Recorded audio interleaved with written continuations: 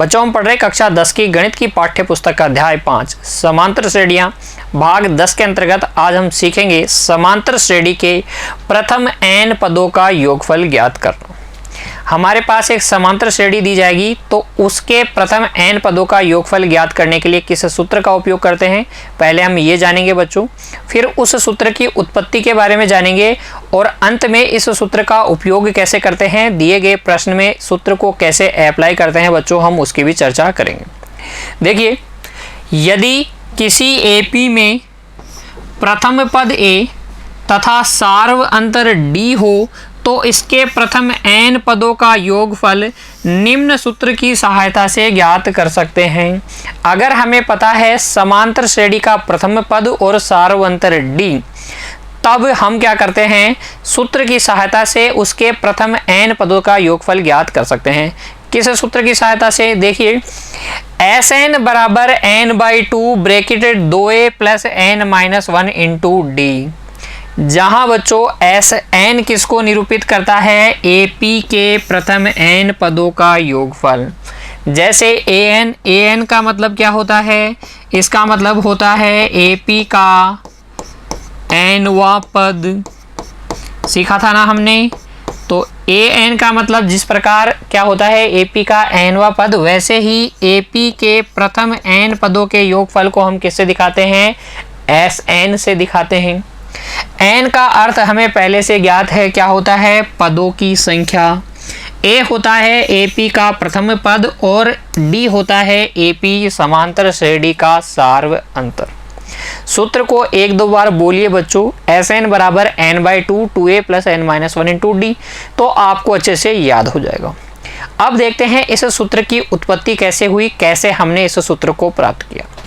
तो अगर कोई श्रेणी समांतर श्रेणी है, AP है, तो हमें पता है AP का जो मानक रूप होता है वो होता है a plus D, a plus 2D, a plus 3D, और इस तरीके से चलते जाएंगे तो हमें nवा पद मिलेगा a plus n-1 into D, a plus n-1 into D. तो ध्यान से देखेंगे बच्चों, यहाँ A1 तो A ही है, A2 A प्लस D है, A3 A प्लस 2D है। ऐसे करते हुए अगर हम बात करें nवें पद की तो nवा पद आता है a plus n-1 into D. इससे पहले वाले पद की बात करूँ तो कौन सा पद होगा, वो an-1 वाला पद होगा। कैसे, अगर मैं पूछूं a100 से पहले वाला पद बताइए तो आप बोलेंगे a99, ऐसे ही ना। अरे 100वें पद से पहले कौन सा पद आता है, 99वें पद। ये a99 को हम ऐसे भी तो लिख सकते हैं a100-1। अब सोचिए an से पहले वाला पद क्या होगा, an-1, वो हो जाएगा बच्चों a plus n-2 into D. और इससे भी पहले वाला पद अगर हम देखें an-2, तो वो होगा a plus n-3 into D. तो ये अंत की ओर से चलने वाले पद है, अंत की ओर से पहला ये, दूसरा ये, तीसरा ये, इस तरीके से, ठीक है। a plus n-1 into D, a plus n-2 into D, a plus n-3 into D, और ऐसे चलते जाएंगे तो a plus 2d, a plus d, और a क्या आ जाएगा, अंत में आ जाएगा। हमें इन सब का योगफल ज्ञात करना है। तो जब हमें इन सब का योगफल ज्ञात करना है बच्चों, तो हम मान लेंगे कि इनका योगफल क्या है, Sn। समांतर श्रेणी के प्रथम n पदों के योगफल को हम क्या मानेंगे, Sn। तो लिखेंगे माना कि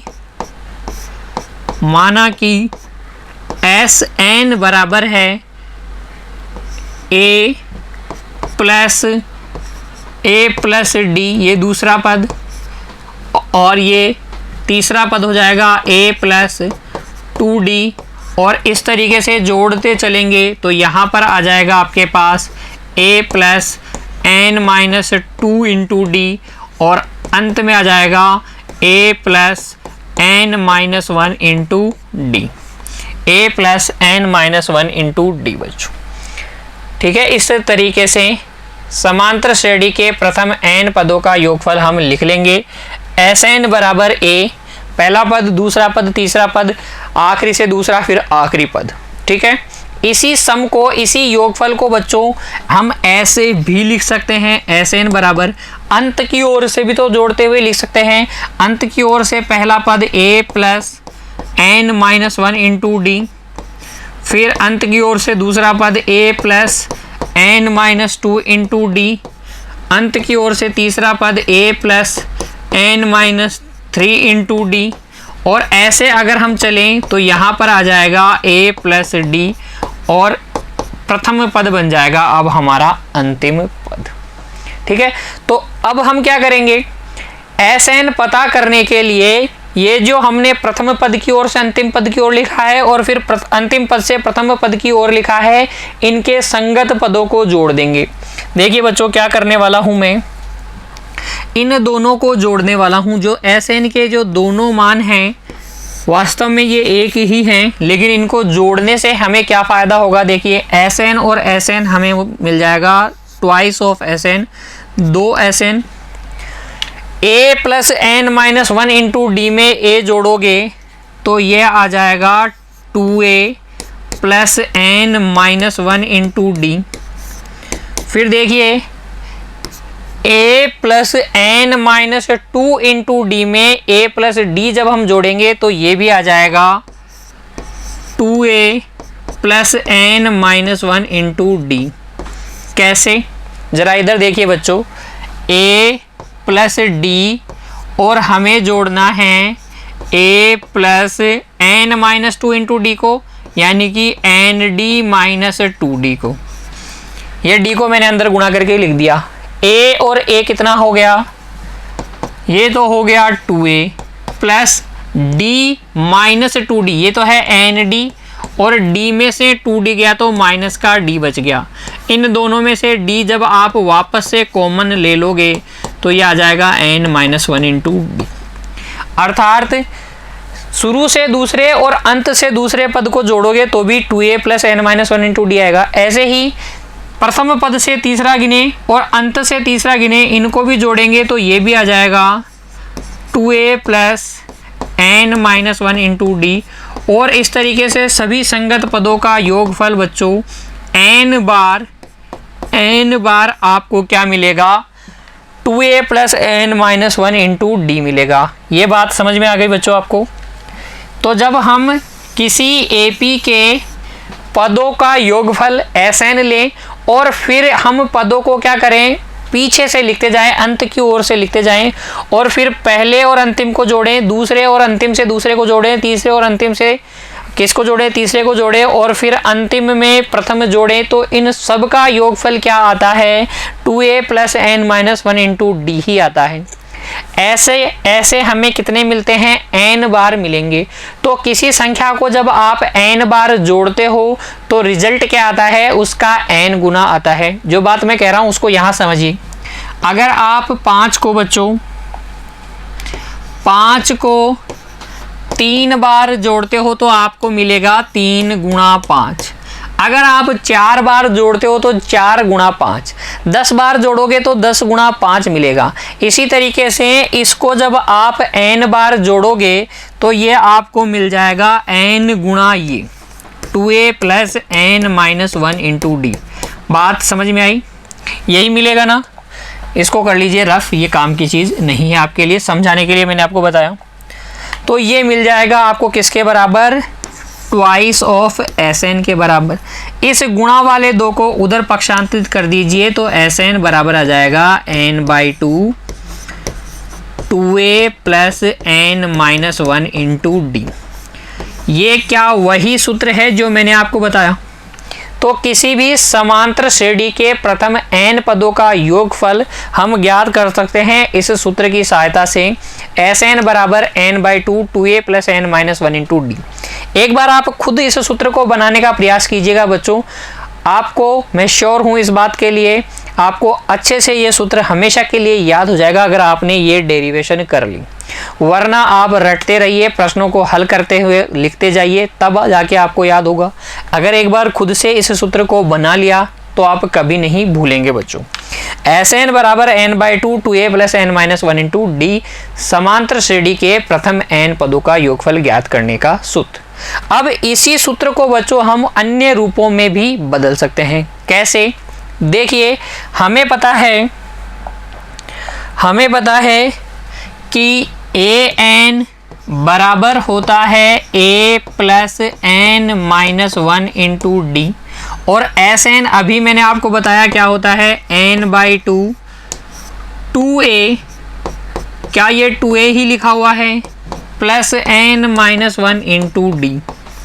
अब अगर मैं यहाँ से यहाँ तक साथ में देखूँ तो मुझे दिख जाएगा Sn बराबर n बाई 2a ये वाला, और a plus N minus 1 into D की जगह हम लिख देंगे a plus N minus 1 into D की जगह हम क्या लिख देंगे, an।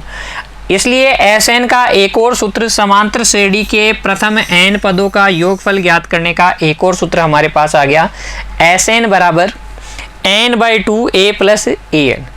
समांतर श्रेणी के प्रथम n पदों का योगफल Sn क्या होता है, n बटे 2 गुणा a प्लस an।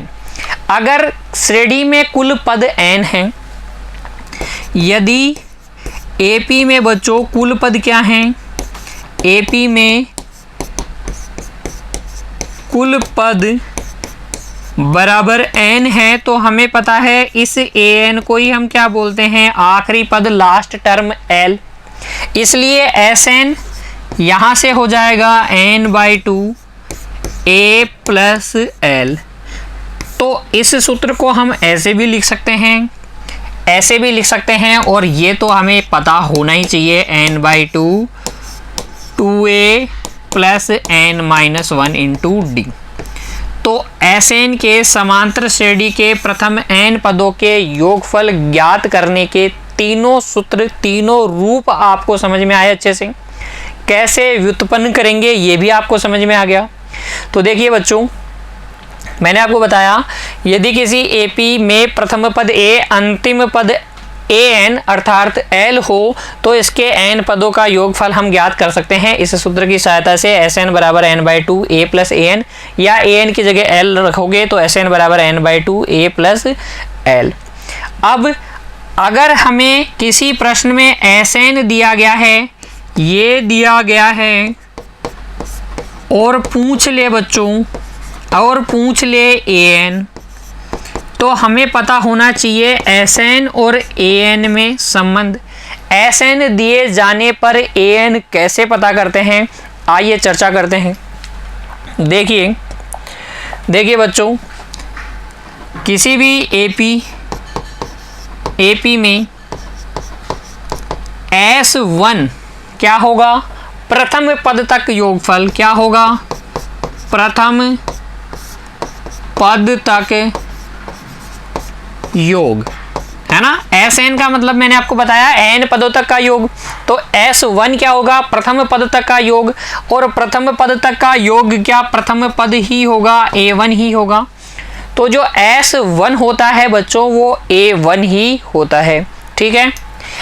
S2 क्या होगा, S2 होगा A1 प्लस A2, प्रथम दो पदों तक योगफल।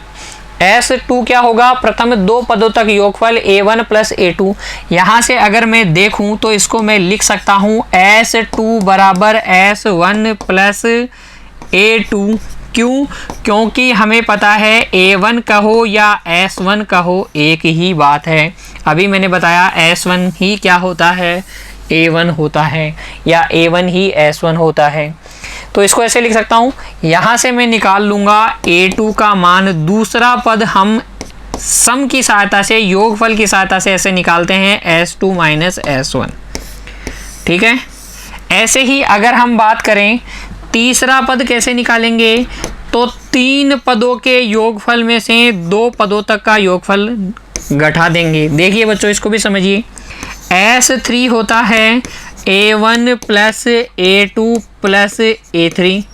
A1 और A2 को हम लिख सकते हैं S2, ये हो जाएगा S2 प्लस A3। S2 को इधर पक्षांतरित करोगे तो S3 माइनस S2 किसके बराबर आ जाएगा, A3 के बराबर आ जाएगा। अब सोच के बताइए A4 का मान क्या होगा। देखिए A3 S3, तो A4 S4 माइनस A3 है तो यहाँ पर S2 है, S2 है तो यहाँ 4 होगा, तो यहाँ पर S3 एक कम। ऐसे ही सोच के बताइए A5 का मान वो हो जाएगा S5 माइनस S4। और सोचिए बच्चों A10 का मान सोचिए, तो क्या 10 पदों के योगफल में से 9 पदों का योगफल घटाकर हम प्राप्त कर लेंगे A10, 10वां पद। ऐसे ही अगर मैं पूछूं nवां पद बताइए, तो आप बता देंगे कि ना an होगा Sn माइनस Sn माइनस 1। अर्थात यदि किसी AP में व्यापक पद an है और इसके n पदों का योगफल Sn है, तो an बराबर होता है Sn माइनस Sn माइनस 1। कैसे, वापस से समझिए भाई। A1 तो होता है S1, A2 हमने अभी आपको बताया S2 माइनस S1, A3 हो जाएगा S3 माइनस S2, A4 बच्चों हो जाएगा S4 माइनस S3, An हो जाएगा Sn माइनस n से एक कम करोगे तो n माइनस 1। ठीक है, तो ये सूत्र भी आप याद रखिएगा, an बराबर होता है Sn माइनस Sn माइनस 1। बड़ा ही इंपॉर्टेंट सूत्र है बच्चों, कई सारे प्रश्न हम इससे हल करने वाले हैं आगे चैप्टर में जैसे जैसे बढ़ेंगे। तो ये जो सूत्र मैंने आज आपको बताए, इनको अप्लाई करना अब हम सीख लेते हैं। देखिए हमारी पाठ्य पुस्तक का उदाहरण संख्या 11, AP 8 3 माइनस 2 के प्रथम 22 पदों का योग ज्ञात कीजिए। हमें एक AP दी गई है और कहा गया है इसके 22 पदों, प्रथम 22 पदों का योगफल ज्ञात कीजिए। तो हल कैसे करेंगे इस प्रकार के प्रश्नों को, देखिए हल में लिख लेंगे पहले तो जो AP दी गई है उसे AP लिख लीजिए, और AP है 8 3 माइनस 2 इत्यादि। फिर मुझे बता दीजिए इसके प्रथम पद और सार्व अंतर का मान। प्रथम पद तो देख कर ही बता दीजिए बच्चों, A का मान तो हो गया 8। सार्व अंतर निकालना बहुत आसान है, दूसरे पद में से पहला पद हम घटा लेते हैं, D का मान हो जाएगा 3 माइनस 8, 3 में से 8 घटाओगे माइनस का 5 आ जाएगा। फिर हमें ज्ञात करना है इसके 22 पदों तक का योगफल। तो लिखेंगे क्योंकि AP के प्रथम n पदों का योगफल, अभी सूत्र बताया बच्चों, जब भी आप प्रश्नों को हल करें, उदाहरणों को हल करें, तो हर बार सूत्र लिखिएगा। हर बार सूत्र लिखोगे तो भी आपको याद हो जाएगा। और दूसरा तरीका तो आपको पता ही है, एक बार उसको डेराइव करके देख लीजिए, उत्पन्न करके देख लीजिए, हमेशा के लिए आपको याद हो जाएगा। AP के प्रथम n पदों का योगफल Sn बराबर होता है n/2 2a plus n minus 1 into D। ठीक है, हमारे पास है n का मान, कितने पदों तक का योगफल ज्ञात करना है, 22 पदों तक का योग। 22 पदों तक का योग का मतलब S22 हमें ज्ञात करना है, तो n का मान कितना हो जाएगा 22। A का मान हमारे पास है 8, n का मान 22 है ही, और D का मान कितना है -5। n, A और D का मान भर के हम S22 आसानी से पता कर लेंगे बच्चों। देखिए यहाँ से S22 बराबर हो जाएगा 22/2 गुणा 2a का मतलब 8 प्लस n की जगह 22 माइनस 1, D की जगह कितना बच्चों -5। देखिए A की जगह 8 और D की जगह -5, n की जगह प्रथम 22 पदों का योगफल ज्ञात करना है, तो n की जगह 22। यहाँ से S22 बराबर हो जाएगा 11, 22 में 2 का भाग लगाएंगे 11 गुणा 16 प्लस, देखिए 22 में से 1 गया 21 गुणा -5 अपनी जगह। ध्यान से एक एक स्टेप बाय स्टेप कैलकुलेशन कीजिए बच्चों, कोई भी कहीं पे भी गलती नहीं होगी। ये 16 माइनस, देखिए माइनस प्लस क्या हो जाएगा -21 को 5 से गुणा कीजिए, कितना आ जाएगा 21 पंजे 105। अब 16 में से 105 घटा लीजिए, कितना आ जाएगा बच्चों, ये हो जाएगा 11 गुणा माइनस का 89। 11 गुणा माइनस का 89, 11 को माइनस 89 से गुणा करोगे तो ये आ जाएगा 11 नाम 99 हासिल 9, 11 8 88 और 9 हो जाएगा 88 और 9 97। तो माइनस का 979। S 22 प्रथम 22 पदों का योगफल माइनस में 979। गुणा करके देख लीजिए, 89 का पढ़ा एक बार बोलेंगे 9 आएगा, 89 का पढ़ा एक बार बोलेंगे 8, उसमें जोड़ेंगे 89 और 8 कितना हो जाएगा 97। तो माइनस का 979 बच्चों क्या आ जाएगा, प्रथम 22 पदों का योगफल आ जाएगा, किस एपी का 8 3 -2 इत्यादि जिसके पद हैं। ठीक है ना, इस तरीके से हम ज्ञात कर सकते हैं एपी के n पदों का योगफल। ठीक है, एक और उदाहरण देखते हैं बच्चों, उदाहरण संख्या 12। यदि किसी एपी के प्रथम 14 पदों का योग 1050 है तथा इसका प्रथम पद 10 है तो 20वां पद ज्ञात कीजिए। हमें ज्ञात करना है 20वां पद, अर्थात हमें A20 ज्ञात करना है। जबकि बच्चों देखिए हल में लिख लीजिए उन सब चीज़ों को जो हमें पता है। एपी के प्रथम 14 पदों का योग, यहाँ एपी के प्रथम 14 पद अर्थात S14 प्रथम 14 पदों का योगफल S14 वो हमें दिया गया है 1050 तथा प्रथम पद A बराबर दिया गया है 10। पूछा है 20वां पद, 20वां पद हम निकालते हैं A + 19D करके। यदि हमारे पास D का मान होता तो हम रख देते A का और D का मान और A 20 प्राप्त कर लेते। देखिए 14 पदों का योगफल दिया गया है, प्रथम पद दिया गया है, 20वां पद पूछा गया है, तो लिखेंगे क्योंकि Sn बराबर होता है n/2 2a + n-1 × D। तो यहाँ से S14 बराबर हो जाएगा 14/2 2a, a की जगह 10 प्लस n की जगह 14 - 1 × D। ठीक है, तो ये हो जाएगा बच्चों S14 की जगह कितना 1050 बराबर 7, 14 में 2 का भाग लगाएंगे 7 गुणा 2 दूनी 2 को 10 से गुणा करेंगे 20, 2 ढाई 20 बच्चों प्लस 13D आ जाएगा क्या। ये गुणा वाले 7 को इधर पक्षांतरित कर दीजिए, गुणा वाले 7 को इधर पक्षांतरित कर दीजिए, ये आपके पास आ जाएगा 20 + 13D 20 + 13D बराबर 1050/7। ठीक है, तो यहाँ से 20 + 13D बराबर 7 का भाग लगाइए, 7 का भाग लगाइए बच्चों, तो 10 में लगाओगे तो 7 एकम 7 3 बच जाएगा 35 हो जाएगा, 7 पंजे 35 और ये 0 150 मिल जाएगा।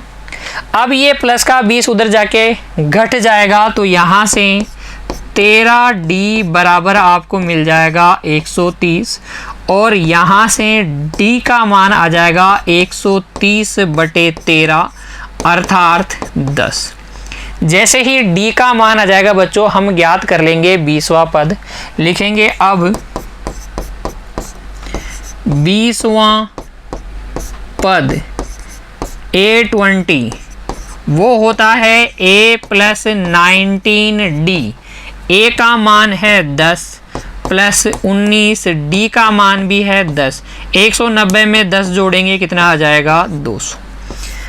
यानी कि जिस AP की बात चल रही है उसका 20वां पद हो जाएगा 200। इस तरीके से हल करेंगे उदाहरण संख्या 12 को। उम्मीद करता हूँ SN पर आधारित ये दोनों तरीके के उदाहरण आपको समझ में आ गए हैं। हम और उदाहरणों की चर्चा करेंगे बच्चों अगली कक्षा में। तब तक आप जो भी मैंने आपको आज सिखाया उसकी प्रैक्टिस कीजिए, अभ्यास करते रहिए बच्चों। खुश रहिए, धन्यवाद।